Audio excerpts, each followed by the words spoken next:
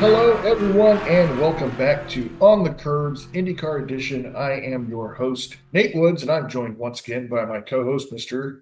Thiemo Albers-Daly. Thiemo, how are we doing today? Not too bad, thank you. We had an exhilarating race, didn't we? So I'm pumped up and ready to get into it. How are you? That's a word. I don't know if that's necessarily the word I would use to describe the race, but I'm doing well and uh, got a potential nap in Sunday afternoon, I think. So, Yeah, it yeah, was it was not the most exciting race in the world, but we yeah, can't have it all the time. We get treated quite well normally, so we're gonna have the yeah. odd one, aren't we? Yeah, and we'll get into the Portland race. But yeah, it was definitely not what I would bill as one of the top races of the season as far as excitement on track and passing opportunities and unless you're Christian Lundgaard. Yeah, in which case you had a great race. You were Yeah, doing all kinds of stuff. But we'll get into that because we have a little yeah, bit of news before we get into everything Portland, which is a nice change yeah, because we don't usually have that much before we get yeah. into this. Yeah, we found out this past week that we will be returning to Phoenix for another race. I think this is probably something that we're going to see on the calendar moving forward quite a bit, I think. This being a double header with NASCAR.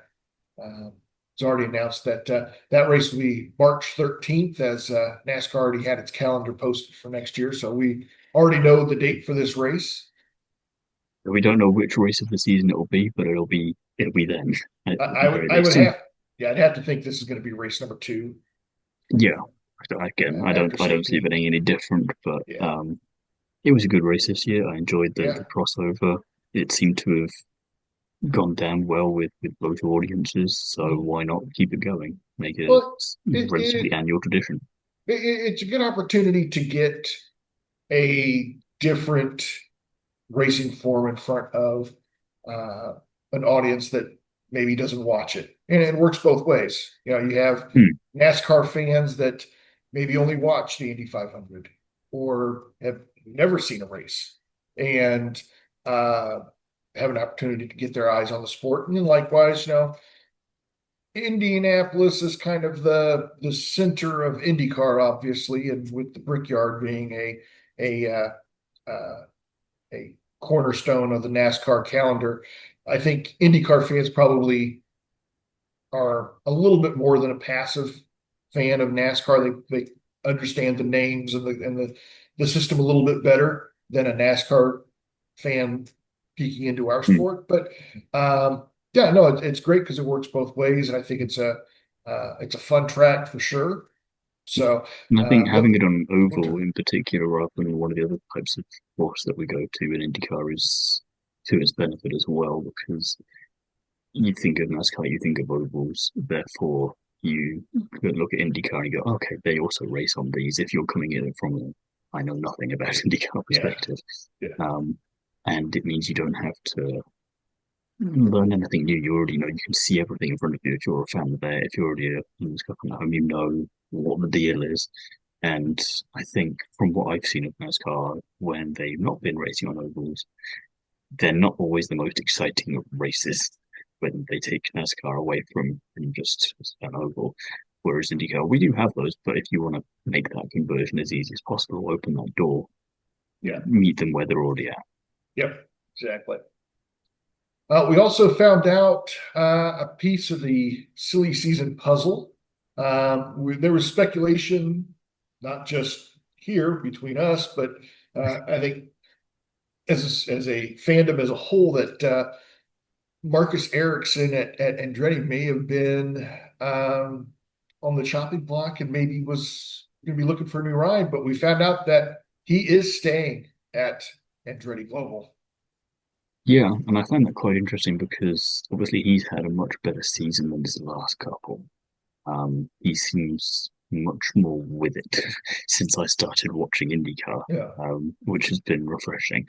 And it goes back to something we were talking about back, I think, when they were qualifying for the Indy 500. I told you I sat in this day-long press conference essentially as drivers cycled through. And Ericsson was talking about the car for next year and the development going on there. And I remember saying to you at the time, just the way he was saying the sentence about that made me think he already knew that he was sorted for next year. So I do wonder now that we have that confirmation, how long has he known about this, or was that just wishful thinking? But it seems obviously there now that he's known this for a good while and they just had to wait for whatever reason before announcing it. But given how he's driven this year, I'm not mad about it, which is nice because I don't think we would have necessarily said that at the start of the year. Yeah. Yeah. And what's kind of funny about this silly season is, we have two of the top teams that aren't making any moves. Andretti is keeping their same lineup and Penske keeping their same lineup. And As far as we so, know. well, as far as we know, I can't imagine that I can't they're either, making but I any rule big nothing out until we have the confirmation. Yeah, hey, maybe Scott McLaughlin's going to NASCAR after all. Who knows? You're going to finally get your dream at some point, I'm sure. But yeah, it's great to see that Marcus is going to be staying in our sport. I've said it before on here. Oftentimes an Indy 500 win guarantees Mm. longevity in the sport, and I think we're seeing that sentiment ring true again here. That And his performance in Detroit is not Detroit, sorry, Gateway earlier in the year with Newgarden and with the fight that they were having. I think that really did him a lot of favors. I don't, not that he's had no other stand-up performances, but I think that one in particular, it just felt like, oh, okay, Mark Ericsson's, and yeah, we needed a bit of that. yeah. Well, that wraps up the news that we had. Um, Stay tuned because I'm sure probably in a few hours after we record, we'll get some That's a other big tradition. bombshell that gets dropped per tradition. But let's jump into Portland. Like we said, this was not a barn burner race like we may have dreamed it might be. But This for me was Long Beach, the sequel, yeah, in more ways than one. yeah. The And actually, previous one. I think I probably enjoyed Long Beach better than this one. Wow, And really? yeah. Um, I think that's just your dislike of Portland coming through. I don't think you mean that really. uh, I just this race didn't do anything for me, and I mentioned it before we started recording that when I sit down and watch these races, I do the lap by lap Hmm. analysis, and about halfway through the race, my Instead of looking analysis at after lap 56, you're gone. You come I back at the checked end. out, and like I said, I got sucked into watching cat videos, and the race was just playing in the background for me, and it just it didn't deliver an on track product that I was hoping for. I leaned in the other direction and went, I'm treating it like an endurance race now, and I'm just gonna focus in and even more and just wait for something to happen. Because I remember when the caution came out, I was thinking, okay, when the next one comes out, I might grab myself a snack or something. Right. And then it just never came. Like 2 hours later, I'm sitting there going, well, I guess I'm not doing anything of that tonight. I'm just going to go straight to bed. Yeah. Yeah. After Stingray Rob dropped out of the top 10, I was like, yeah, I'm done. So let's get into our team by team analysis, starting with Team Penske. Joseph Newgarden qualifying 15th, finishing 8th. Scott McLaughlin qualifying 14th and finishing 7th, so equal moves for both. And Dave Malukas qualifying 9th and finishing 12th. Now, it is to note that Malukas did have to take a 6 grid place penalty at the start of the race for engine change. But Yes. so he Yeah. did technically improve as well. He did, but he was also fled by an injury this weekend. I think they were saying it was his wrist that was playing up, Yeah. and Newgarden's foot was playing up again as well, which I think it's the first time he's been able to use it properly in a race since Mhm. the injury. So Yeah. um, for him to move up as many spots as he did, you kind of forgive the qualifying for that. Um, Not too bad considering. I think if it wasn't for Andretti, they would probably be the best team of the weekend as an overall unit. Um, and I think P12, even with the penalty and the lackluster qualifying, let's say, for Malukas, considering where we're used to him being. For this to be his third worst result of the season isn't that bad. You know, Right. 12th is just outside the top 10 to show how consistently good he's been. Um, I had him in my fancy IndyCar team. I wished he could have done a bit better, but you know, what can you do? Normally, Malukas is a safe bet, but this was not my day on that one.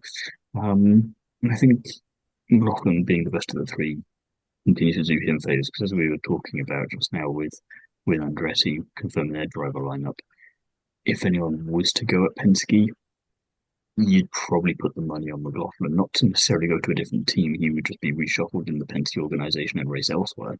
Yeah. But with performances like he's been having here and in Nashville last time out, he's on a consistent run now, which hopefully I'm not cursing for Markham.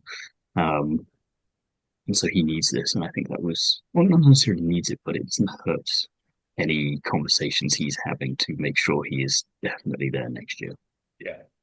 I think, with this team, Lucas, still searching for that maiden win, still sitting Time's third in running the out. points. Yeah, time's running out on the season, but we're going to some tracks that I think will suit him.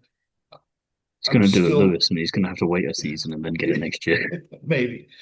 But if all things were equaled out and Kirkwood was, say, 10 points behind Pillow, and the rest of the field was pointed out the same way, Newgarden and McLaughlin are still a full race behind. Yeah, So, yeah. uh, you know, uh, they're very close in points on this 14-point difference between Newgarden and McLaughlin. At the beginning of the season, McLaughlin, in interviews stating, this is a Mm. season where I want consistency. I want, uh, uh, I don't necessarily need to go out and get the wins. I just need to be consistent. And he's had good outings, and this one included finishing seventh, but he wasn't really a threat at any point in this race. No, and I think he's going to be a driver that's going to be fascinating to talk about after the season because of his comments at the start of the season and then just his entire time in the series so far. You know, he's not a bad driver. He's one of Very the good. best, I would say, Yeah. but it just doesn't work out for him in the same way that it's not working out for Kirkwood, just not on the same level. You know, Kirkwood, he isn't doing much wrong, and yet he's still that far back, and McLaughlin's suffering from sort of the B tier version of that problem. You know, he's not doing anything outrageously wrong, it's just stuff keeps happening. And before you know it, that points deficit is massive. Yeah. Yeah. It's tough when talking about McLaughlin because this is a driver that has 7 wins in this series. Mm. And it And still you feels forget that like sometimes. you forget that because we haven't seen very good outings for the last season and a half, season and 3/4 now. And so you often we kind of forget that he is, I mean, there's a reason why he's at Penske. It's not like Yeah, Nolan they don't Siegel just where you hire kind of anyone. scratch your head. Yeah. And so yeah, I think personally, I think this is a team lineup that's safe for next year. Um, Mm. I don't I just have trust foresee any issues of with this these. silly season, that's all. I don't see this changing at all, but you're right. This was out of all the teams, I think the second best team effort Yeah, definitely. after what we saw with them training. So On the flip side of that, yeah, Arrow McLaren, nice segue there. Um, this was not a bad effort, I would say, but great either. could have been better, I think. Pato Ward qualifying 17th, finishing 11th. Christian Lundgaard starting at the rear of the field in 25th and finishing 9th, and Nolan Siegel qualifying 16th, finishing 18th. What interests me here is that obviously Lundgaard had hybrid issues in qualifying, which put him to the back of the field. Nolan Siegel, without wishing to be too unkind, probably where we expect, barring some of his performances where he has shown that he's flashes potential. Yeah, What's Pato's excuse for being so far down the order? And also, yeah, what's his excuse for not getting into the top 10? You know, it very much felt to me like yet another advertisement and yet another show by Lundgaard of, are you sure you want to fire me? Oh, you have, but I'm still going to go out and show what I can do to all these other Yeah. drivers, and also then advertise myself to, I'm guessing, two main contenders being Meyer, Shank, and Ganassi.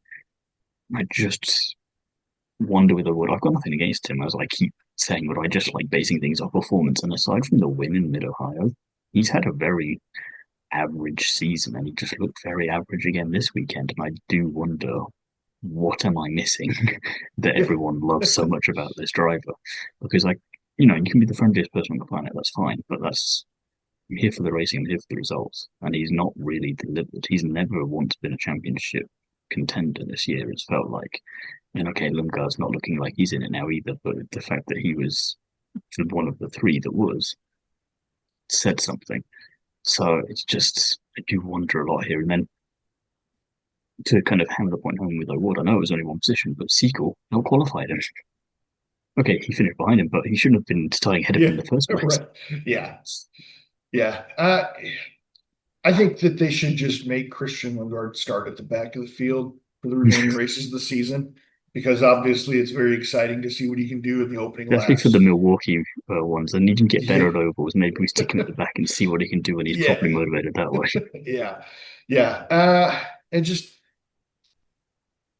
yeah, you really, I mean, you look at points and you have Lundgaard and Award are pretty close. Lundgaard, Hmm. you know, has two wins on the year. Ward's got a win on the year, but after the first couple races of the season, they were kind of also rans, it feels like. And I mean, you look at Award's win as well. Where was Lundgaard? Second place. Where was Pato for Lundgaard's two victories? Nowhere near.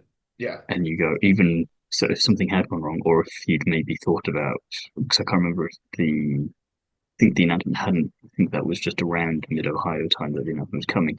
You could probably think that Lundgaard would have been tempted to fight a bit more aggressively Right. at that Yeah. point for a victory. So that would be easily 3-0 rather than 2-1. Um, but like I say, the whole outfit hasn't felt like a bit of a threat really for the entire season.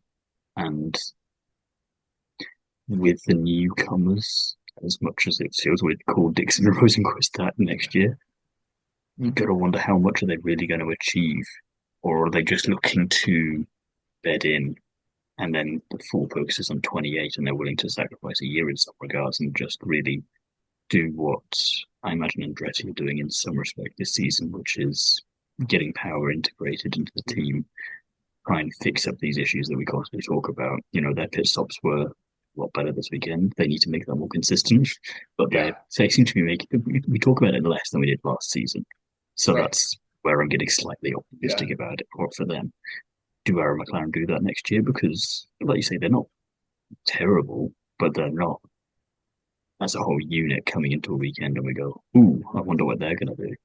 Yeah. For a team that's sitting fourth and fifth in the point standings, they don't feel very exciting.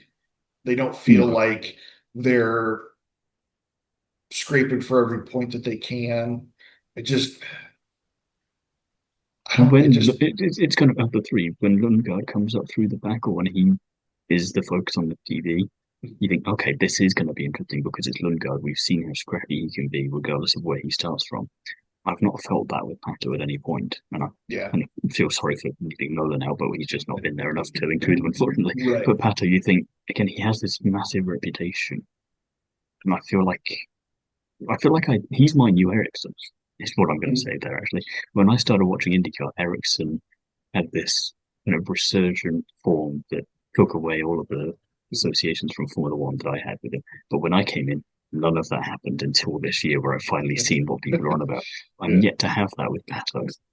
And I do Yeah. wonder, like, did he just peak like 3 years ago, and I just haven't seen anything of it since? You know, I'm wondering if maybe, and it's just kind of popped in my head, but it's like, is awards ride at IndyCar just a placeholder holder to keep him as a reserve driver for Aaron McLaren at F1? Because after I the end of wouldn't the say season, that, but he's at the end of the IndyCar season in 5 weeks. He Hmm. then spends the next 3 months on the F1 circuit touring around with Arrow McLaren to, He said himself he's not interested in Formula One anymore because of the new regulations. So I don't see them putting him in if they did need to replace one of the drivers anyway. So yeah, just kind of we have questions. Yeah, yeah. we've got something for the off season. It's going to be a long one. Well, We've got plenty of time to investigate it. here we are. We're debating whether the man that's fifth in points is worthy of a ride. When the guy that's fourth in points, his current teammate, is without a ride. So, This is why the team frustrates us. yeah, it sounds like probably you more than me. Fine, I'll get you on something later, I'm sure. Speaking of teams that frustrate us, Andretti Well, Global. this one definitely is more you than me. No frustrations at all this weekend. No, Great weekend for this team. Will Power qualifying third, finishing third.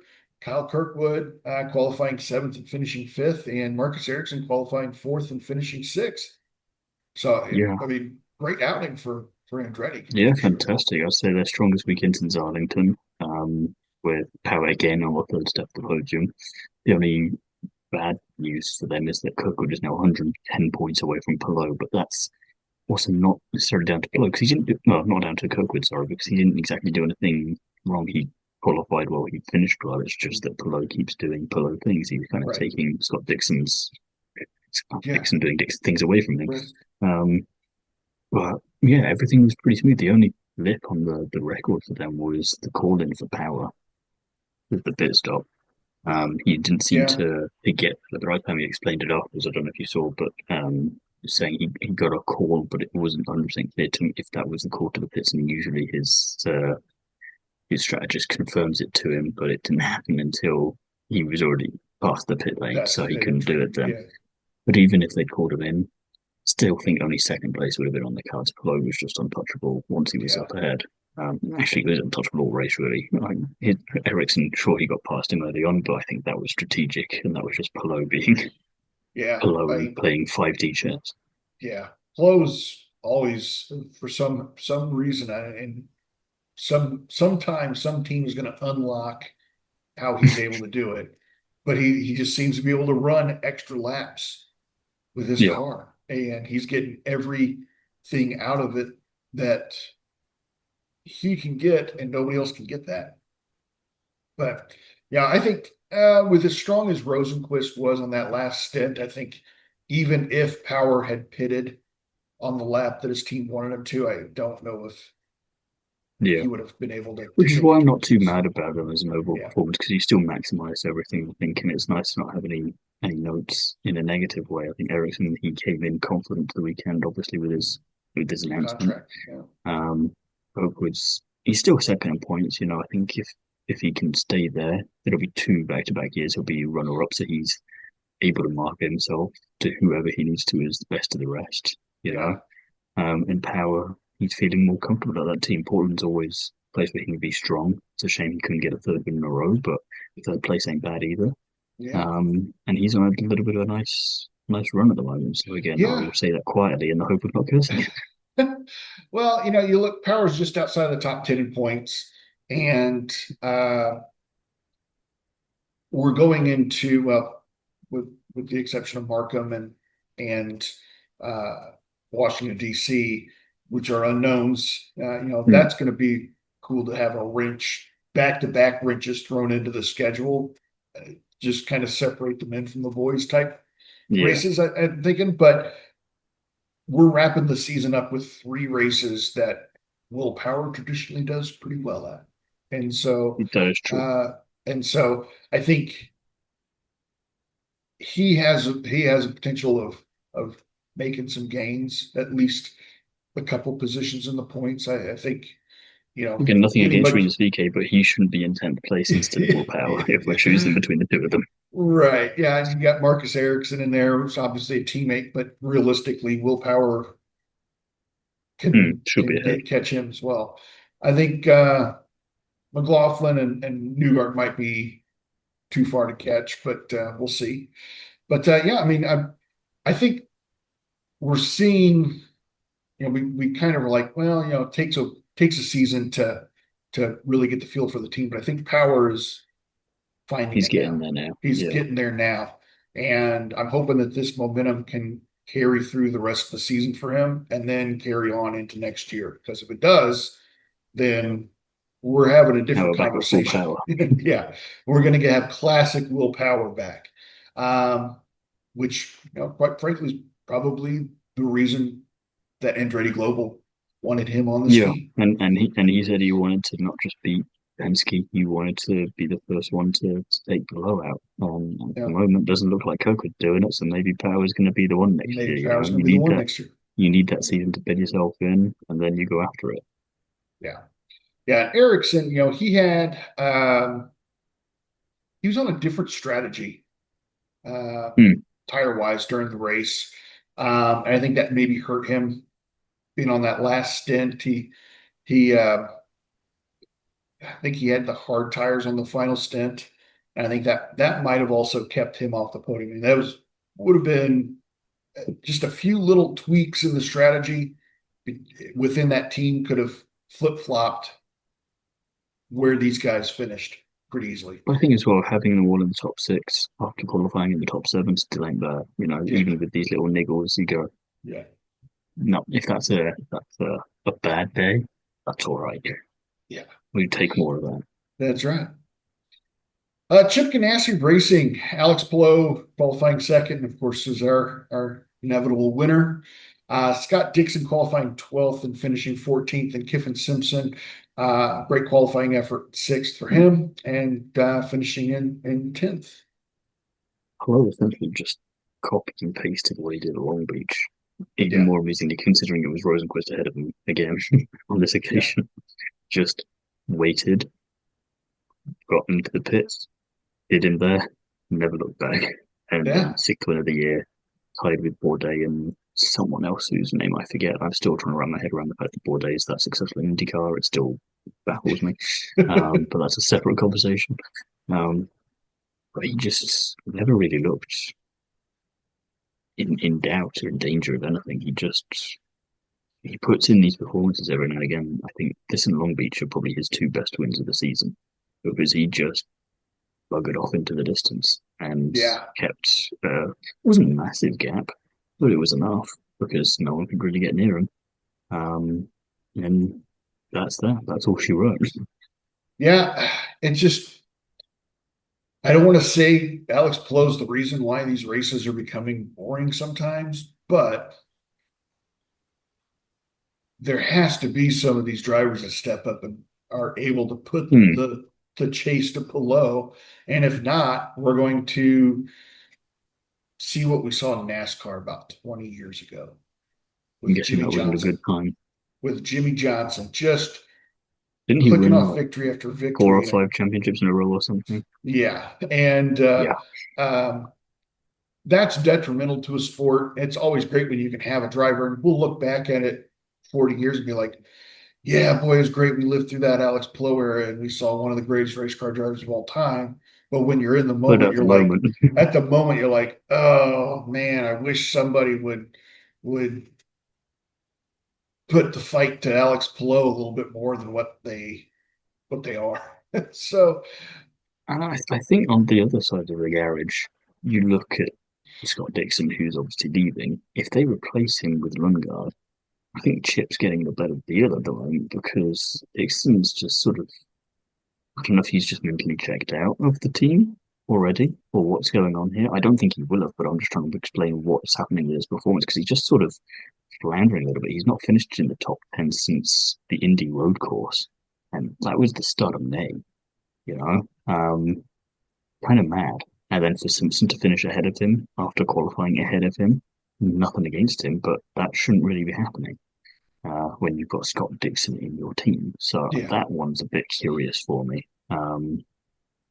Yeah, I mean, there's strategy at play, but at the same time, he's got 24 years of experience with the team alone. mhm, You should know what he's doing. He should be able to help with the team on this sort of thing to make it so natural at this point. It should be what Palou's got. yeah. And you know, I don't mean this is a slight to Dixon because him and I are the same age. But But at some point, you have to look at it and be like, is his age becoming a factor? Is he is he just not as keen of a driver as he was 10, 15 years ago, or even just a few years this ago? is why I'm hoping that team change sparks something in him because he's got a new challenge there. Maybe it's just I've done everything I need to do with this team. I've got nothing left to prove. The motivation's not there. Whereas it will be for the next, let's say, 3 years. He's going to be with Yeah. Aaron McLaren. I could see that being an easy deal. Have a year, see what the new car's like, have a second year, and then decide if you're leaving or not. Um, but at the moment, yeah, it's I don't want to jump on anything either because I've seen that with other drivers and then something clicks and changes. But I want to know what is it motivation or is it something else? Yeah. Yeah. And that's going to be an unknown for when he goes to McLaren next year. And that'll be fun to watch.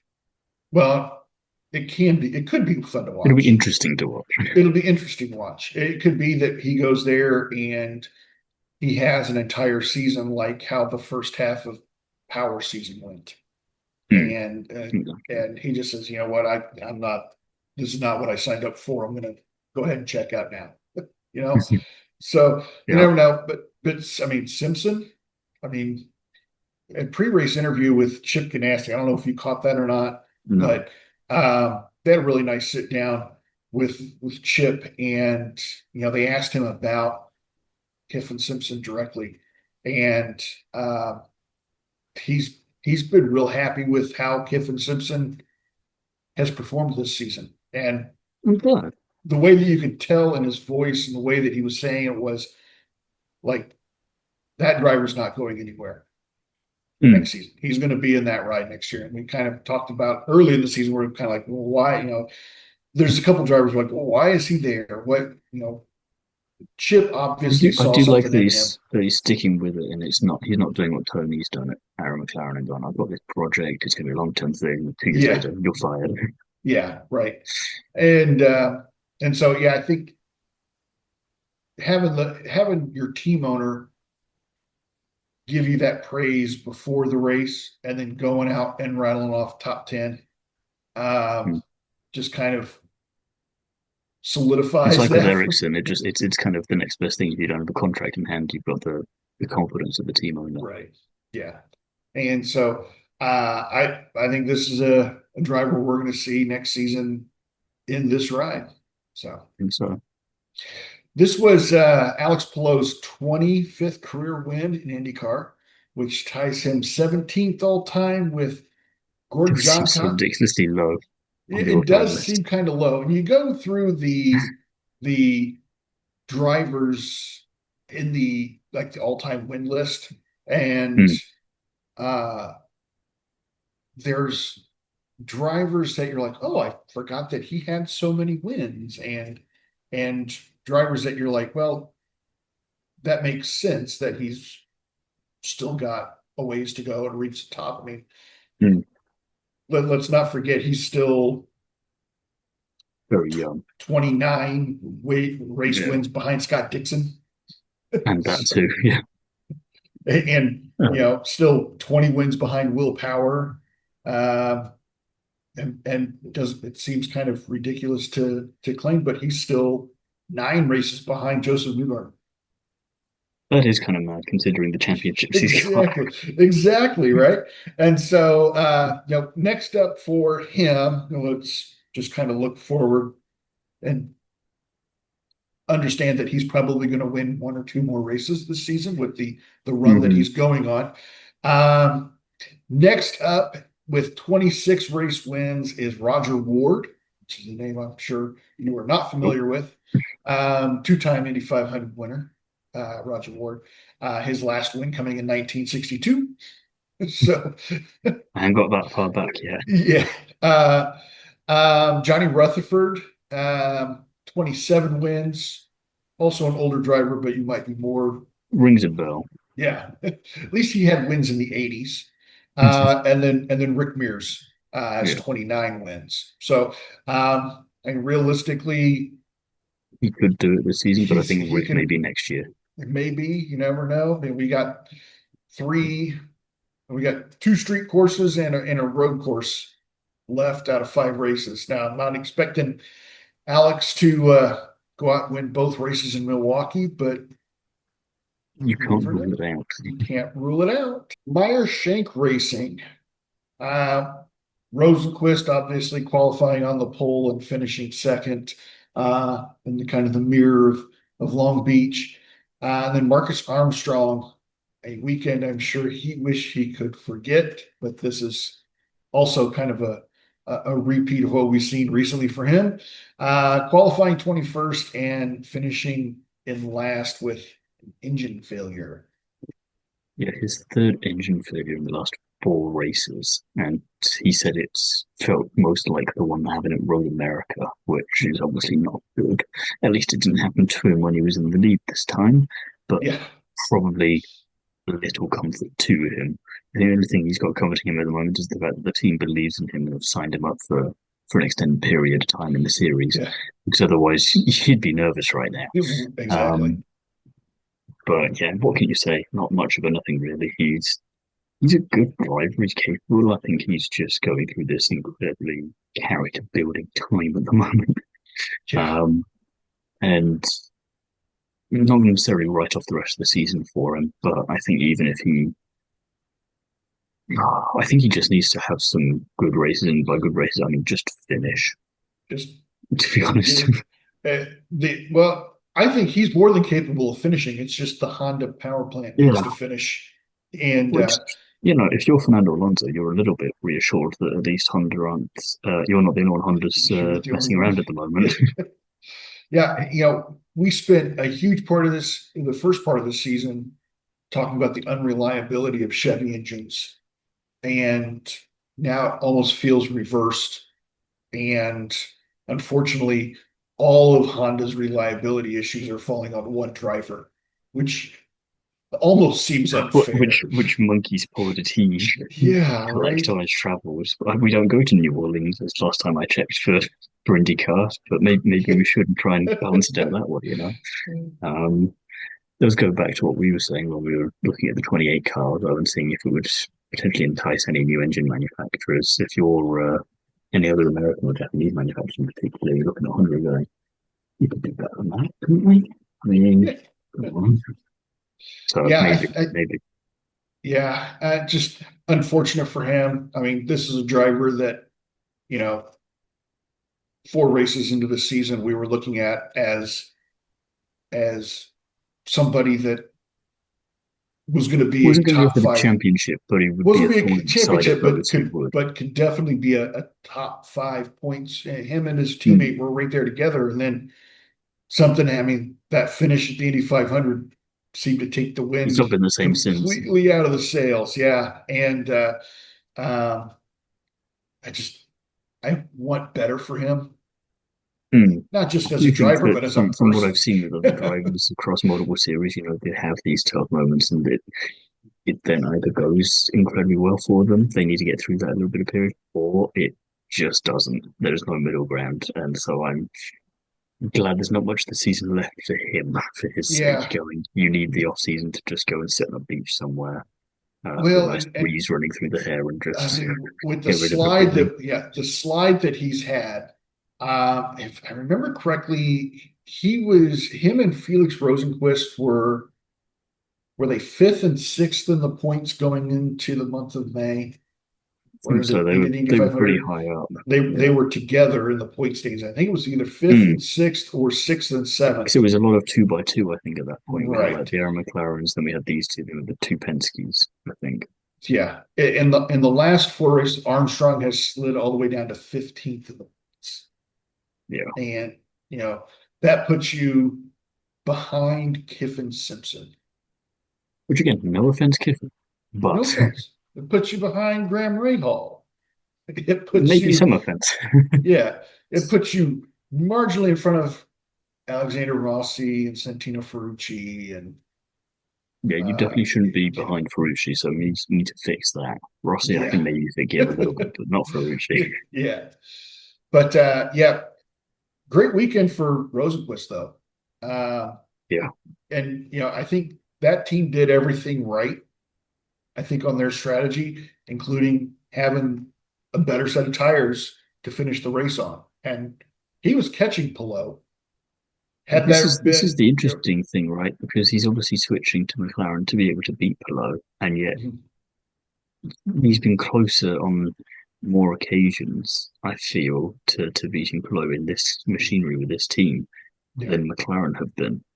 Okay, yeah, Lundgaard has beaten him a couple of times, but I think in those races, again, Pillow wasn't really there either. So in a straight up fight, he's better off with Meyer Shank, which makes that whole thing just really interesting for next season. yeah, it will be interesting to see what happens there, to say the least. Uh, I'm not sure what Rosenquist is going to be able to do with that kind of gift he's Mm, been given. I we did not have that on our bingo card, I don't no, think. no, we did not. So I think for me personally, I think after his win at the 500, I figured that solidified him with Meyer Shank. Well, yeah, so do I. And Well, you're going to make sure he's locked in and keep that going. right, It'll and then take him right to the top. yeah, and then all of a sudden, 4 weeks later, we find out he's going to McLaren. So it's like, well, okay, what are we doing with this team now? We've fast forward another 4 races, and we're like, this team's in trouble. Yeah, which I think that's why I'm so intrigued as to who they put in the second seat. And there's so many names that you could, but oh, I don't know. I don't know. Yeah, and it's almost like if if Honda it, if Honda has issues through the end of the season, you almost wonder if how hard it would be for this team to switch to Chevy, Yeah. because Honda is essentially gaining another team with Dreyer and Reinbold Hmm. next season, and so Chevy might be saying, "Hey, maybe We we don't pick lose up nothing. maybe we pick up another team, and Hmm. and even the field again." And if I was Meyer Shank, I'd be looking at the recent reliability issues of Honda and kind of wondering why are we the only ones getting plagued here? But A.J Foyt Racing, another team that probably wishes they would have just stayed home. Santino Ferrucci qualifying 22nd, finishing 21st, and then Cal Collette starting 18th and finishing 20th. Keep going back to a comment. I can't remember when you said it. It was definitely this year sometime, but how you think, or maybe you thought, we'll find out if you still think it, that Ferrucci and AJ Foyt is a combination that's going to stay quite a while. The more I look at him, the more he continues on this trajectory, the more I wonder why the heck you would keep him. Because I go, and I look at this with the backdrop of his whole career. He doesn't waste any time not making friends in Europe when he's over there. Comes over to the States and gets in here and has flashes of brilliance.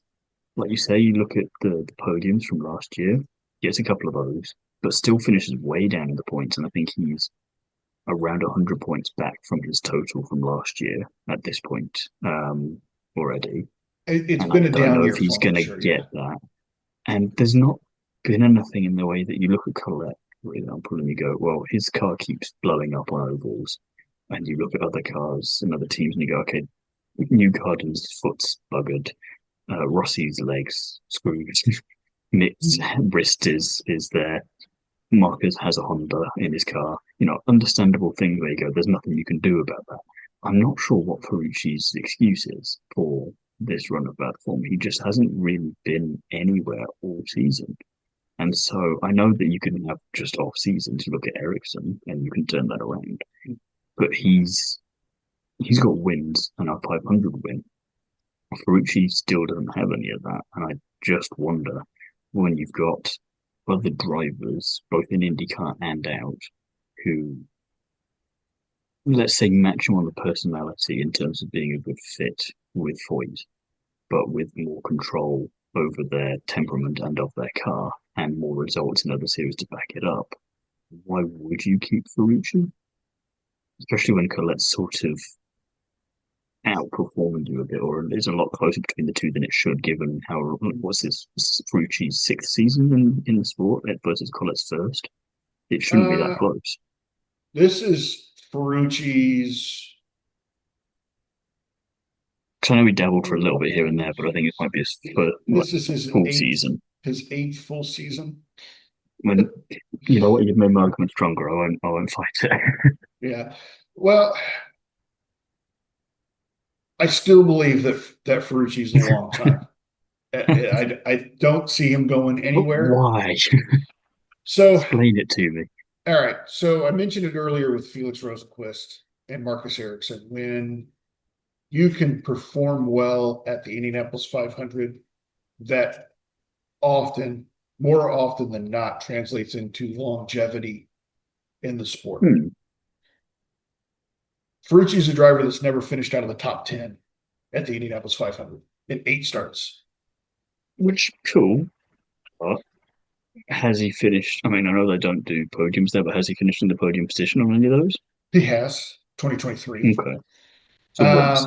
once, but when your goal, I mean, you're in IndyCar, you have two goals. You have a goal Hmm. of putting together a team that is going to win a championship, and you have a goal of putting together a team that can win the Indianapolis 500. And for He's a done driver neither. that never finishes outside of the top 10 and clearly has Sure. the ability to run and perform really well, even if Ferrucci doesn't have it, if he gets demoted from full time, I was going to say, why don't you just bring him in for a 500 he's run still and going to give the seat be to running someone for the else for the rest of 500. the time? And I just think Because that that I could understand. Because you know, it's sort of you're good at this one race, that's fine, but you don't seem to be that great anywhere else, and you're too busy driving into other people. Look at last season in particular when you're not, and you go, yeah, okay, let's just have you as a third entry for the 500.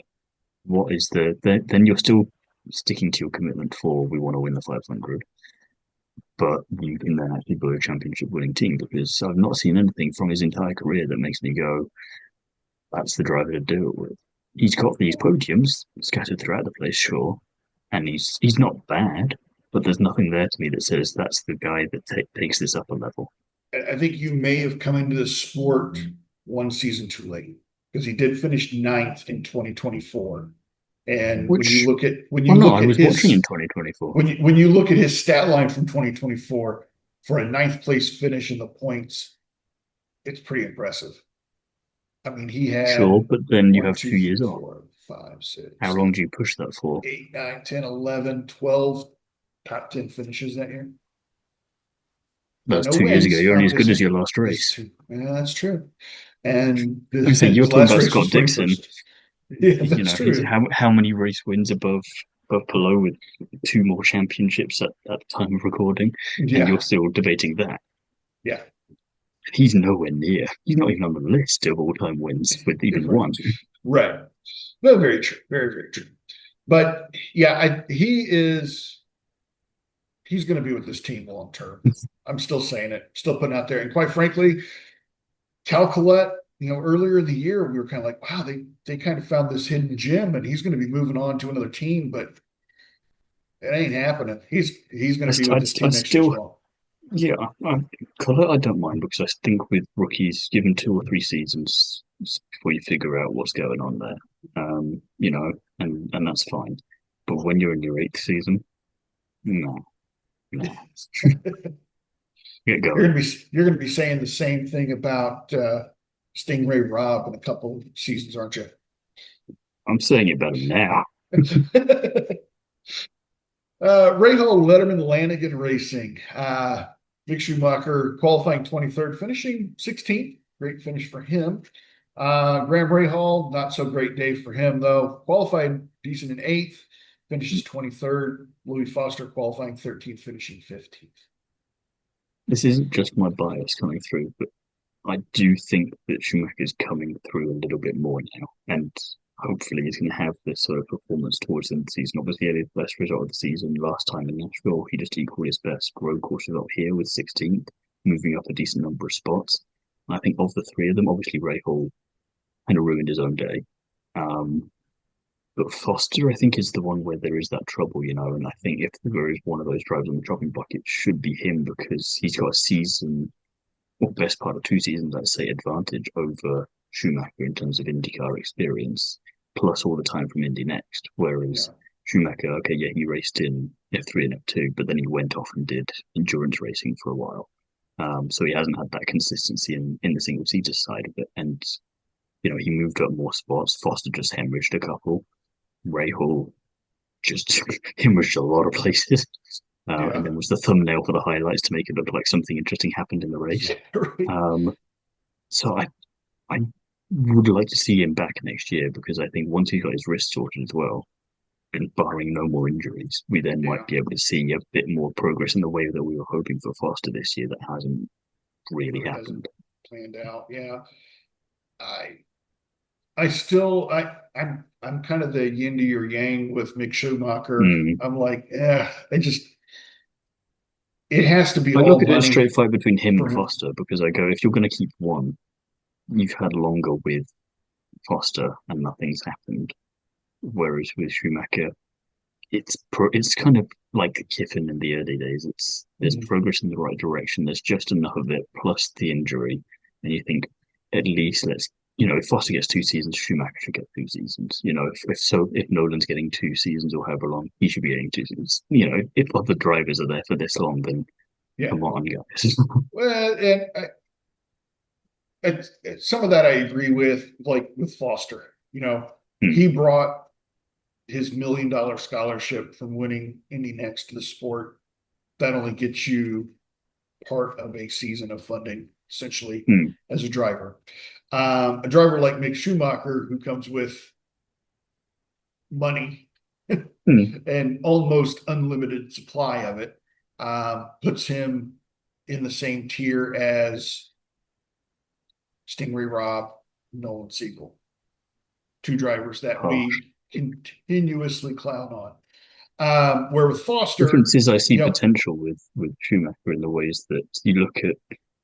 I wouldn't include Stinger Rob in that because he feels I don't know what he's done before IndyCar, but I feel like if he'd done something monumental, I'd probably know about it. Siegel, he's had success in other categories in the same way that Mick won F2. And so I go, there's at least I can understand, yeah, the money helps, but he's got the performances elsewhere to back it up a bit. Whereas Rob, I'm not so sure about. So you're more willing to give Nolan a little bit more time in the same way you maybe give Mick a bit more time because yeah, the money's coming in, that doesn't hurt the team. But at least he is a champion. At least he's won races and other things. He's been on the podium. yeah. The uh, one thing I probably would point out with Schumacher is he has not shown any real true flash.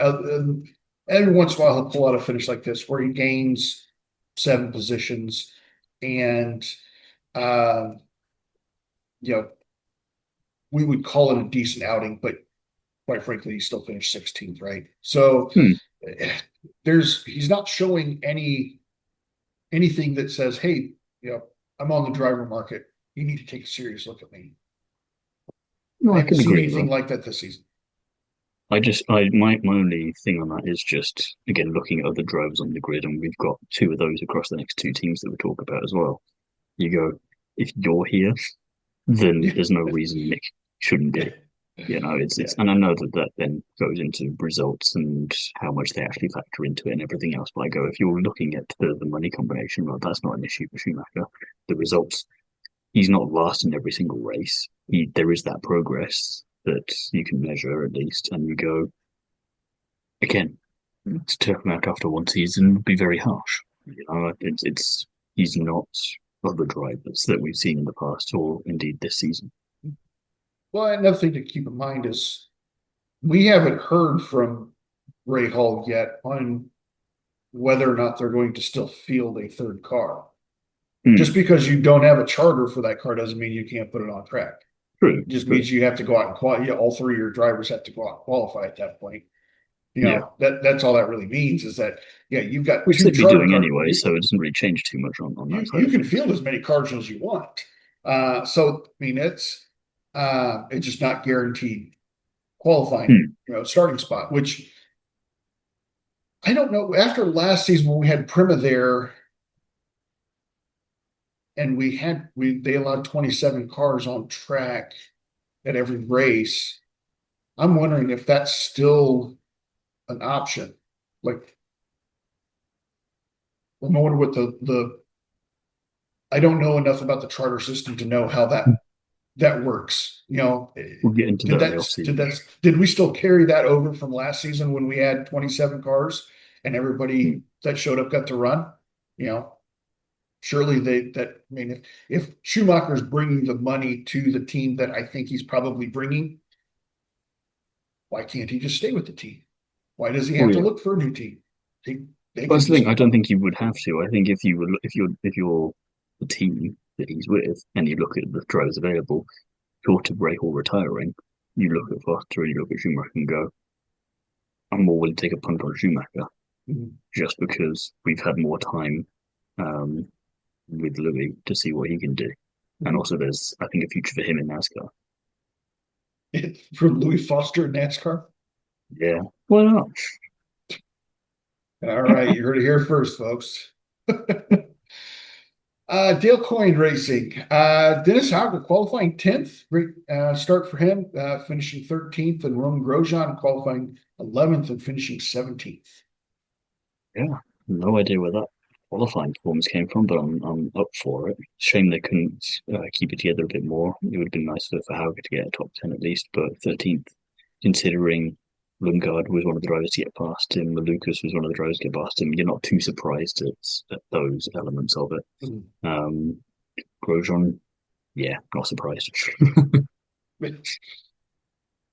I mean, that this finish did elevate Hauger in front of Grosjean in the points. I'll take it.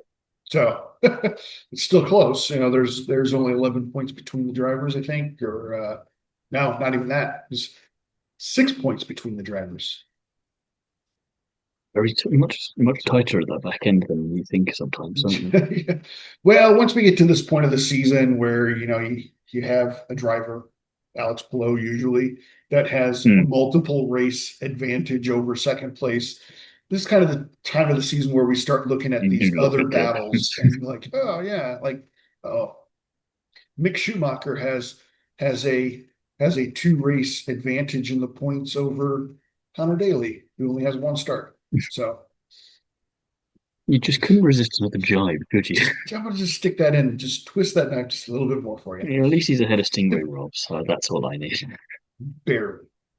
It counts. We still got 2 more ovals to go to. Stingray Rob can crank out another top 10 finish. You never know. You got a top Or 10 a finish top this 10. year? Did I miss Or that? top 10. Or a top 10. A top 10 finish. Yeah, just this team not much really to say, other No. than decent weekend for both drivers. I think, Yeah, I mean, but again, Hauger, if we're talking about Schumacher the way that we are, I think Grosjean's surely on the chopping block. Because again, you're looking at yeah, literally almost anyone else and going, I know yeah, you had a year out, yeah, Grosjean, but what have you done to warrant yeah, a return getting to again this stay, yeah. season? Yeah, Well, and I think Hauger, we started the year really high on Hauger, and I still give I, him the benefit of we're the going to give him doubt the benefit of the because doubt. Being a it's a rookie rookie season, season. this is kind of where we were with Foster at this point last Yeah. year. And Foster came in, absolutely dominated in Indy NXT, came in and has now, didn't get a top ride coming directly into the sport, got picked up by Rahal. And then you have Hauger coming to sport, didn't make the immediate jump to Andretti, and he's down here in Dale Coyne, just trying to see what he can do. And This is the thing. I treat it the same way in F1 as I do here. You get 2 seasons, 3 max as a new driver, because by the end of that third season, definitely we should know what you're capable of, and if there yeah, is nothing there. First season, maybe you come in and you blitz it, and that's great. So then if you do have a duff second or third season, we know that there is something there. But I think after that second season, if you're giving that third, it's a make or break one. But I think after a first, it's unless you're doing incredibly badly, you are worthy of a second season because maybe it's just one of those things. Yeah, yeah, I agree. Um, Juncos Hollinger Racing. Reese VK. We haven't mentioned him yet in this episode, and that's kind of surprising. He qualified fifth and finished fourth, and great weekend for him. And then Stingray Rob qualifying 24th and finishing 22nd. And let's just remind everyone that 22nd because of Rasmussen being a number of laps down and Armstrong DNFing. Yeah, VK, we haven't mentioned him because he was pretty anonymous throughout the race. He just kind of was, like you say, in fifth, moved up to fourth, and just went, no one noticed. I'm just going to stay here and just keep driving. Heck of a good weekend for me to have him in my fancy team on double points. It worked very, very nicely. But yeah, he just keeps doing what he's doing. I'm really enjoying that. I think the interesting thing I learned over the weekend was it's up to the team if he stays or goes. He can't leave without their blessing, essentially.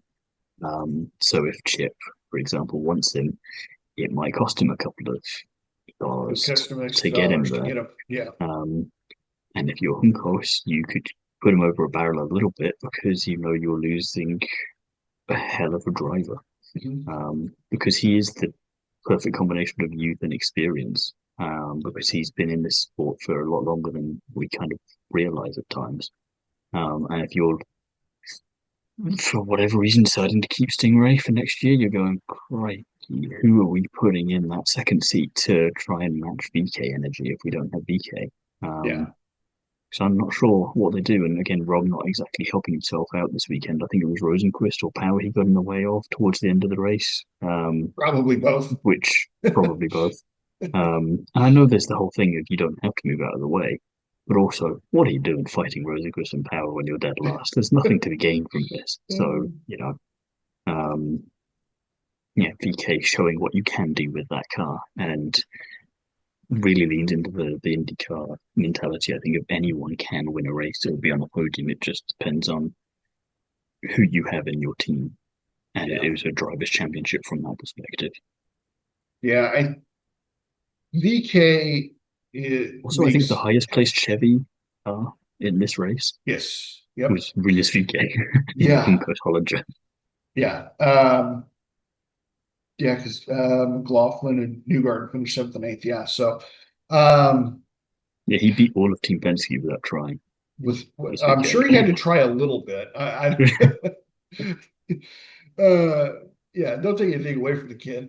But yeah, he makes such an interesting storyline right now because we know that he's got talent and his talent has been overlooked in this series before.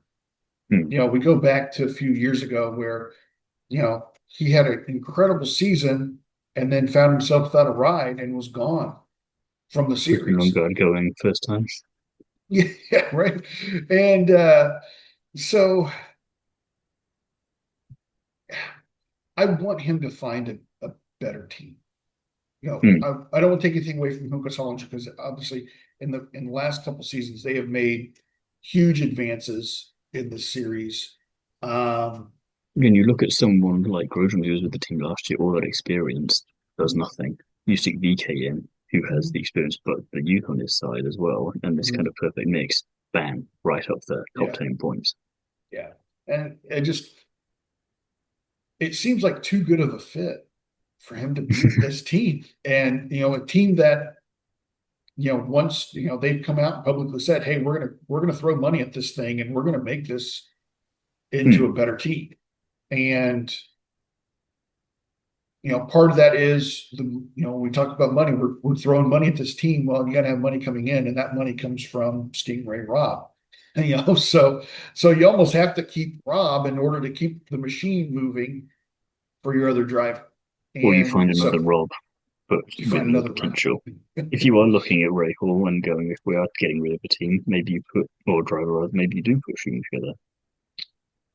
Mm, or Nolan Siegel. Well, honestly, yeah. Either way, I think you're getting a better deal than what you're currently getting for the Yeah, money that is being put in. yeah. I'm not familiar enough with the contract with Stingray Rob, but I don't think it's up at the end of the season. I think it expires next season. We'll figure that out. There's always a way. I think he's still locked in through next year, so I'll have to double check that. But yeah, I really wish more for this kid, but on the other hand, I'm like, Just don't know where. this is working right now. Don't mess with Mm, it. yeah, I'm kind of in two minds as well with you on that one. Yeah. But it's going to be hell interesting to see. After the race, he had that Waluigi promotion or hat or what. Pure coincidence. I don't understand it. I'm not a video game guy, and I He had was the spitting Mario. image essentially of the video game character, and once Will Buxton pointed it out, no one could unsee it, and they started just going into it a lot. And I think he was up for it for a little bit, but then it maybe got too much too quickly. Yeah, Plus, Nintendo are notorious for suing anyone who does anything with their yeah, characters. yeah, yeah. And in the post race interview with Renus, or they asked him about, oh yeah, Waluigi. He's like, yeah, I don't want to look like a clown. Hmm. And But I don't think I'm after a just like, performance like that you can. You might be I'm dressed like, like one, but you don't. But you don't come across as it. yeah, and I'm like, man, that's something really smart for a driver to say. You're like, I don't want to be a sideshow out here. Hmm. And I'm like, if I was a team owner, I'm like, yeah, that's what I want to hear from a driver is they don't want to look dumb. They want to look like a professional. They want to act like a professional. Unfortunately, if he does go to Meyer Shank, I think that Meyer Shank is going to want to lean into the fun and market it as, oh yeah, we got this guy with this cool mustache, and To we're be gonna fair, they've dress got him more up. Japanese links. Maybe they can convince Nintendo Yeah, to I don't do know. something with them. Yeah, I when I heard him say that, I'm like, yeah, he gets it. He knows why he's here. All right, it is time for the hot, not, and hard luck awards, and I think this one was probably pretty easy for us because I think we're kind of in agreement on a couple of these. Yeah. Hot drivers, we both picked Renus VK. We just got done talking about him. I think if he is indeed wanting to move to a bigger team next year or secure a long-term spot with the team that he's at, he's doing everything he needs to do. Yeah, and I think it's one of those interesting ones where if you're Chip Ganassi, you've got Lungai and BK as your two primary options, I would say, and Mhm. you're looking at that going, ooh, that's a tough choice because there's a lot to like with both of them. But I think I'd go if I was IndyCar and I had the power to choose who goes where, I'd stick Lungai with Ganassi just because I want to see what BK and Juncos could do in terms of building up a long term partnership with each other and kind of do what do what Rosencrantz was meant to do with Meyer um, and build it up that way. I think that's a more exciting storyline for me rather than because I think if Renus goes to Chip, you become expectant then of results. Whereas with Juncos, it's still that underdog story. It's still Yeah, fighting. It's the kind of yeah, Daily Driver Reinbold sort of situation, and yeah, I yeah, like that more. yeah. Me too. I do want to give an honorable mention to Tiffin Simpson though, Hmm, because that's top 10 finish for him. Uh, wouldn't and have had him finishing ahead Dave Miller. that's right. Who was your hot not or not hot, Not not hot. hot Easy driver? for you to say. Yeah. I went for the Padua Award for reasons that we talked about earlier. I'm just left scratching my head a little bit. Yeah, for me, I'm going with the entirety of the A.J Foyt Racing organization this weekend, which I do love probably how puts we talk at length about Reynolds, Rucci and you go, yeah, he's staying, and then you stick them all in and I here. stick him here. Yep. Surprise. Yeah. No, I expected more. I I mean, think you'll be expecting that for a little while and not getting what you want. I'm going to call it now. I'm going to say a top 10 finish and mark him for Ricci. Ah, well, Throw it out there. how many cars are not finishing the race for this to Eight. happen? Eight. Pillow included. Ooh, I like it. I like um, yeah, I just think they could have had a better weekend, quite honestly. I just expected more from both drivers. Didn't get it. I think for our hard luck, though, I think we're also in agreement. it. Yeah, because I don't think it could be anyone but Marcus Armstrong, really. Right? Yeah. I Yeah. mean, I mean, what's the guy got to do? Like I said, he's got to go have a seance and go and bathe in some holy water and all kinds of stuff, I think, to try and get rid of whatever curse he's got on himself at the moment. Go to I think Japan he and just find out what demons they've got over there. he'd finish better if he just removed the engine and tried pushing the car around the track. Or Flintstone style, yeah. Unfortunately, but yeah, hopefully he can fight himself off of this category next week. I'm hoping, and not just Yeah, because I've stuck him in my fantasy team for one race to right. hope, but I just need him to finish. We had an Indy next race this weekend. Um, uh, DeTulio, Hughes, and Taylor made up our podium spots. Yeah, D'Attilio, I think, what was the stat I saw over the weekend? 7 or 8 poles this season, but nowhere near the number of wins to go with it. He just Right. has a tremendous amount of bad luck, or potentially karma, considering the country he's representing in their World Cup performance. So who knows on that one? But it's good to see Hughes up there and Taylor as well, because I think they're Yeah. names we haven't talked about as much as we would have expected to this season Right. so far. So at least they're in the mix. Yeah. That Well, championship is all very tight as well. So, it's nice to see different names from there on the podium. I'm hoping that Taylor can kind of continue this momentum because he was driving beginning of the season. He looked like he was the driver to beat, Mm, and he just kind of fell off after the first couple of races.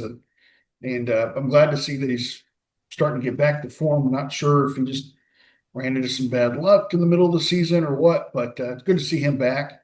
And I'm a Lockheed Hughes fan, so great to see him yeah. finish second. So Yeah, maybe Kacharzik, Kachasik. Yeah, yeah, in fourth is like Kacharzik the finishing first fourth. championship contender is four. Everyone Yeah, goes, where the hell is yeah, Fittipaldi and Johnson? What's going on yeah, here? yeah, Because again, he's in third and he's not out of it. We've still got 3 races left. We've got double header in Lacuna yeah, and one in Milwaukee, so Kachasik could still pull this off. Because again, yeah, we haven't talked about that in the silly season side of things. Obviously, the last 2 years, for definite, I need to check back records or defer to you. In terms of whoever wins the championship, then makes the IndyCar for the following season. mhm, Um, so whoever does that here, it's going to be interesting to see if there's going to be any room at the end. And I wonder if Graham Reinbold is potentially one of the options for that for next year. Um, but yeah, Fittipaldi's obviously got the namesake with that, as we talked about before, which would help him to secure a spot if there was one available. But Johnson and Kachasik, I don't know. Um, Winning may not be enough for them. yeah. It's a tight race. You got Nikita Johnson just 1 point behind Fittipaldi now, Mm, and Kacharzik's only 18 points behind Fittipaldi. So which is nothing. yeah, I mean, with 3 races, yeah, there's still a lot up for play there. Max Taylor's and Lockheed Hughes are 80 and 90 points back, so I don't Could anticipate happen, but it needs it something could big happen, but you got happening. to mathematically they're still in it. Um, I saw an interview with Miles Rowe uh, Yeah, just over the completely out of the weekend, conversation now, isn't and it? and he he seemed very confident that we're going to be seeing him in a big car in May. May fine. One race, I don't mind, but I Yeah, just find it interesting that we talked about him after last year and went, he's going to be a championship contender in 26. He's going to be an IndyCar in 27, maybe off yeah, the yeah, off this yeah, trajectory. And he's just been nowhere. This yeah. year. He Yeah, had I one mean, good race in his last to first challenge, and that was about it. right. And this like F2, you get one season to get your feet wet. The second season, we expect Hmm. results. And if you're here by the third season, if you're not a champion in that third season, your time is nearing an end. And that's Hmm. kind of where we're seeing Miles Rowe at this point.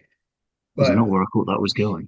he seems like he's confident about his chances of getting a seat for the month of May. So, Which, but even if there's nothing on that, I like the confidence in the acting for it at the very least. If it's that, yes, and it's just going, yeah, if I fake it for long enough, maybe I will make it. maybe I'll make it. Uh, to piggyback off of that, faking it until you're making it. Jacob Abel makes his Yeah, return to Indy just out of next, nowhere.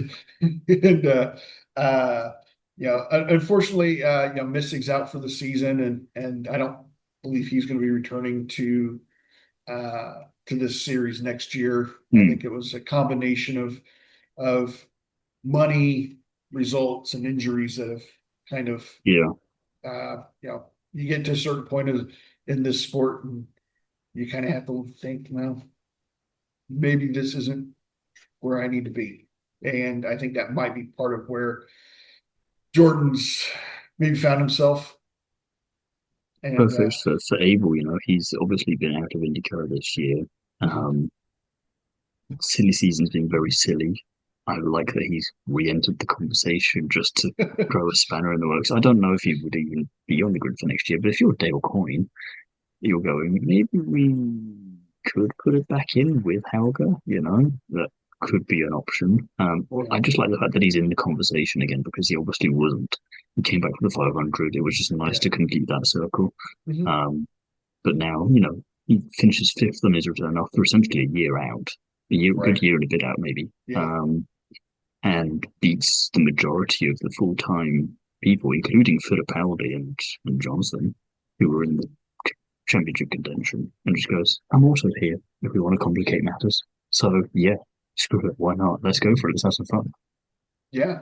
I mean, yeah, it's to come back after a year and a half out of that car, and there's no Hmm, reason for him to go test in the next car, no. and just get back in and finish fifth. I'm like, man, well, did we overlook this kid? Did we Let's see just what we're doing did we after just looping the sake of it. yeah, well, did we write this kid off too early? Maybe, maybe not, but we'll see. And it'll be fun to see what he can do with the final races of the season in Indy next. As we mentioned, Fittipaldi is the leader, 476 points with Nikita Johnson, just 1 point back. Charzik definitely still in the conversation with 3 races left to go.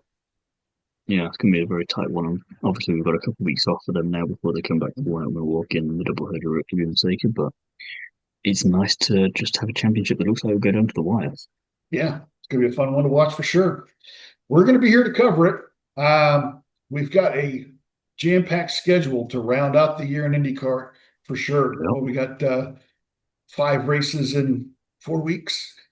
something silly like that. Yeah, and we're going to the great unknown, Markham. I did find myself going back to Google Maps today or yesterday and scanning the track and thinking, all right, well that corner could be fun, and this might be. He's Uh, really coming around on it. I gave this race a lot of shit when it was first announced, and I apologize. Go back and listen Uh, to our previous episodes to find out yeah, just what he said. yeah, right. Uh, I'm really hoping that this race proves me wrong, and Hmm. I'm the more and more I'm looking at the layout and the areas that this track, the sections of the track have to offer. I'm definitely warming up more to it. I think it's going to be a fun one to watch. And then in 2 weeks, obviously, we've got Washington D.C., which I will be attending, and Hmm. uh, I'm getting to see a non-Indianapolis race live is always fun. So looking forward to that. So, well, like I said, we'll be here to cover it, and we'll be back next week with our Markham episode.